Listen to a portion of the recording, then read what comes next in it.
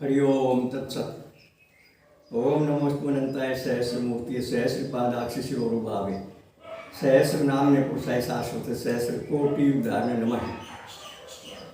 आओ प्यारे बहन भाइयों, आओ सभी जीवात्माओं, प्रभु चर्चा कर लें थोड़ी देर। आज दिन बुधवार है और लगते भाद्र की 2 तिथि है। विक्रमी संवत 2077, अंग्रेजी तारीख 5 अगस्त सन 2020।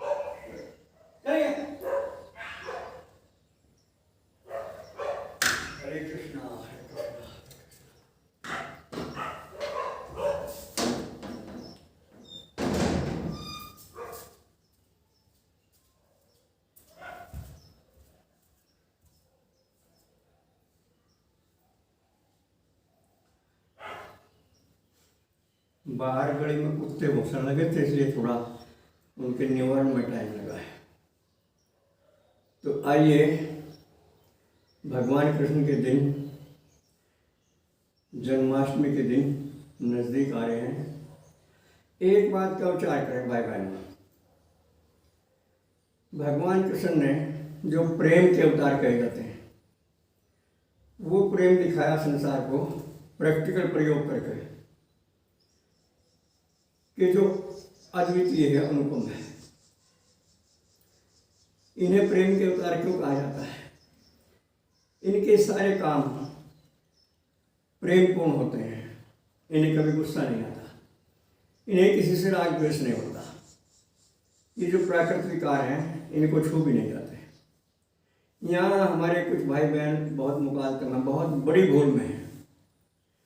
भगवान श्री कृष्ण को पता नहीं रास को लेकर और गोपियों के साथ आध्यात्मिक चर्चा को लेकर लोग पता नहीं क्या क्या बोलते हैं।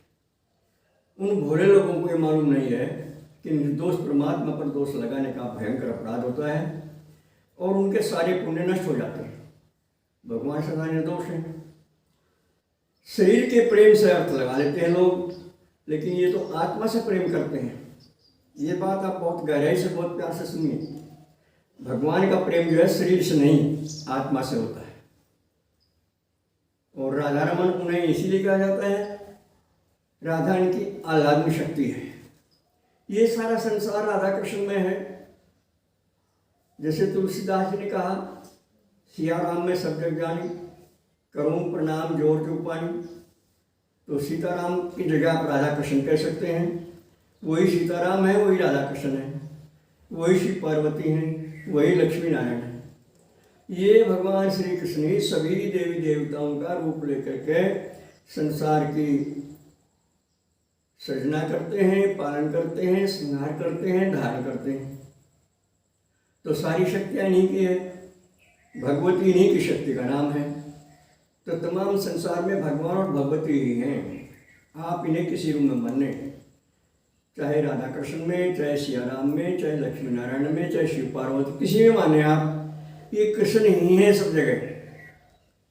ये खोज करनी हो अपने हृदय में भी, हमारे आपके हृदय में भी श्री कृष्ण विराजमान है। इनकी उपस्थिति से हमारा जीवन चल रहा है। इनसे प्रेम करना सीखें। इनके प्रेम में छल कपट नहीं होता, मांग नहीं होती, दिखावा नहीं होता, और इनका प्रेम शरीर तक सीमित नहीं है। इनका प्रेम सीधा आत्मा को छूता है। और मनुष्य होकर भी अब हमें अगर आत्मीय प्रेम का दर्शन नहीं हुआ तो हमारा मनुष्य जीवन विफल हो गया। एक बात का ध्यान करो आप, ये बात बहुत प्यार की, बहुत लाभ की और 100% सत्य हैं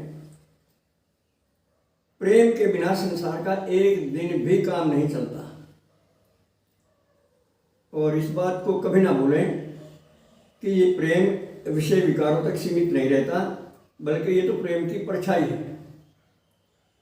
क्योंकि हमारे मनुष्यों ने, हमारे ऋषि मुनियों ने गृहस्थी में भी ब्रह्मचर्य पालन करने का विधान रखा है। आवश्यकता पड़ने पर संतान प्राप्त करने के लिए हम अपने गृहस्थ धर्म का पालन करें और उसके बाद फिर से ब्रह्मचर्य का पालन करें, ये हमारा विधान है। अगर शरीर तक ही प्रेम सीमित होता तो ब्रह्मचर्य के पालन पर इतना जोर ना दिया जाता। ये एक पॉइंट है, एक सूत्र है, जिसकी समझ में आ गया उसका बेड़ा पार हो गया। तो प्रेम होता है आत्माओं से। किसी दुष्ट ने, किसी डाकू ने, किसी बदमाश ने हमारा कोई नुकसान कर दिया, धन हर लिया या चोट फेंक लगा दी, वो तो उसका निमित्त है, वो तो हमारे कर्म से मिला हमें।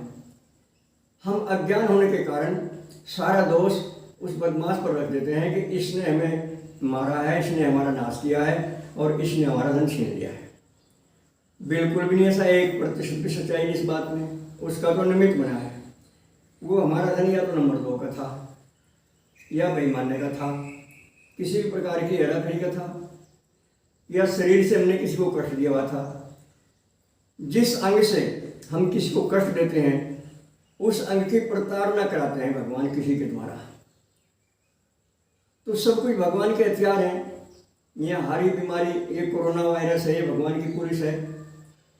ज़्यादातर वही लोग पकड़े जा रहे जो मर्यादाहीन हैं, ज़्यादातर, और जो इससे बचे हुए हैं उनके लिए दूसरा प्रबंध हो जाएगा।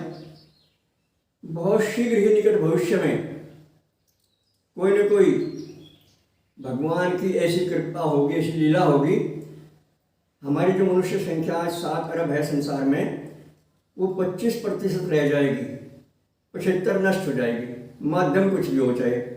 ये कई महापुरुषों की वाणियों से मैंने सुन लिया है। मैं महापुरुषों की वाणी आपको शेयर करता हूँ। ये मेरे अपने कोई विचार नहीं है। मैं आप ही जैसा एक प्राणी हूँ, भूल गलती मुझ में भी है, लेकिन महापुरुषों की वाणी में स्वयं भी प्रयोग करना चाहता हूँ और आपसे भी निवेदन करता हूँ कि महापुरुषों की, शास्त्रों की और अंतरात्मा की वाणी को समझें और प्रेम के सच्चे स्वरूप को समझकर इसका संपादन करें और अपना मनुष्य जीवन सफल करें। इस प्रेम पर जितनी चर्चा हो उतनी थोड़ी है। ये दिव्य शक्ति होती है, ये दिव्य प्रेम होता है, इसका सीधा संबंध आत्मा से होता है। तो इस पर थोड़ा थोड़ा ध्यान दें कभी कभी, और जन्माष्टमी के अवसर पर व्रत करके भगवान कृष्ण को समर्पित हों, और जो जाने अनजाने में भूल गलती पाप अपराध हुए हैं या हो रहे हैं उन सबको इनके सामने रखें और इन्हें कहें, प्रभु हमें इनसे बचाओ, क्योंकि इनकी माया बड़ी बलवती है। इनकी शरण में जाए बिना कोई इससे बच नहीं सकता। ये चर्चा हमने आपके सामने कई बार कर ली। सत्संग चर्चा में पुनरावृत्ति का दोष नहीं होता। अच्छी बात की बार बार पुनरावृत्ति होनी चाहिए, जिससे हमारे दिल में उसकी जगह बने और हम उस पर विचार करें। तो इसलिए बार बार इस बात का ध्यान करें, हमारी अंतरात्मा में भगवान श्री कृष्ण विराजमान है, अथवा जो आप इष्ट मान रहे, शंकर जी को इष्ट मान रहे तो वो विराजमान है, विष्णु जी को इष्ट मान रहे वे विराजमान है, माता को इष्ट मान रहे वो विराजमान है। ये शरीर केवल जितना हमें दिख रहा स्थूल दृष्टि से इतना ही नहीं है। ये शरीर तो बहुत विशाल है।